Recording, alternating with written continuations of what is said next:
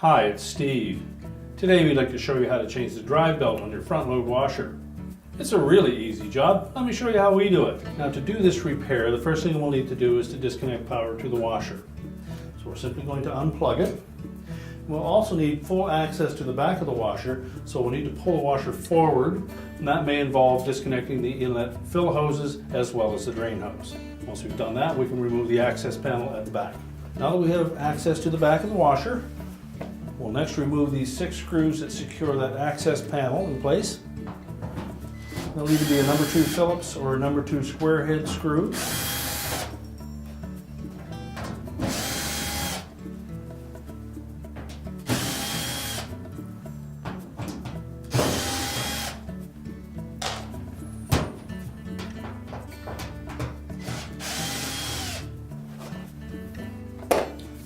Once you've removed all the screws, lift that back panel away.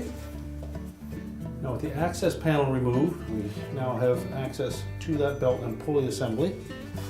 If the old belt is still in place, you'll need to remove it first. And what we do caution with this style of machine, the metal edge can sometimes be very sharp in this area, and you'll need to use a fair bit of pressure to install the new belt on there.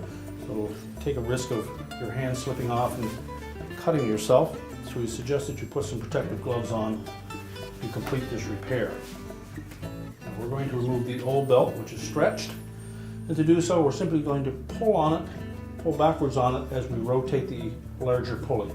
That will allow the belt to ride off of the bigger pulley, and then it'll drop off the small motor pulley. We'll discard the old belt.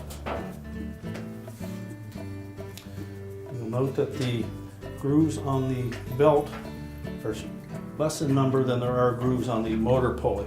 So we're going to begin by centering that belt on the motor pulley, and then we'll just lay the groove side of the belt onto the drum pulley. Rotate the pulley until the belt starts to come up tight. Verify that it is sitting firmly in the grooves on the motor pulley, and then we're going to rotate it around while holding pressure, keeping the belt flat on that large pulley.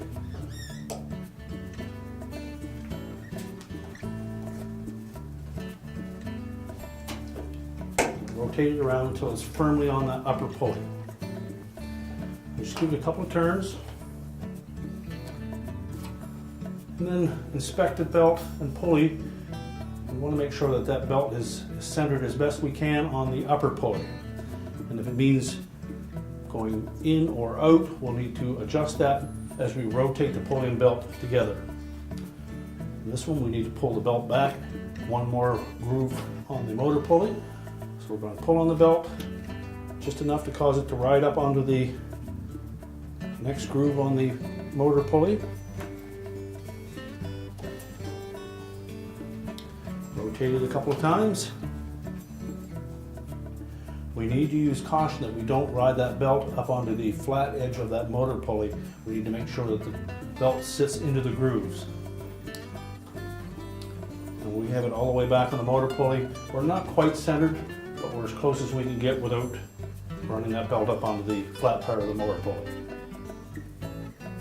So now we're ready to put the access panel back in place. We'll just put one of the screws in on the bottom, as it's notched out both top and bottom. That will support that panel until we can put the other screws in.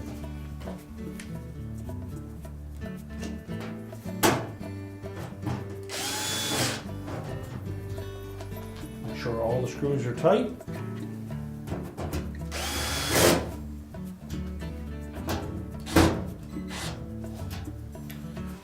Now once they're all secure, we can then push the washer back into place. We're now ready to reconnect the power, and your repair is complete.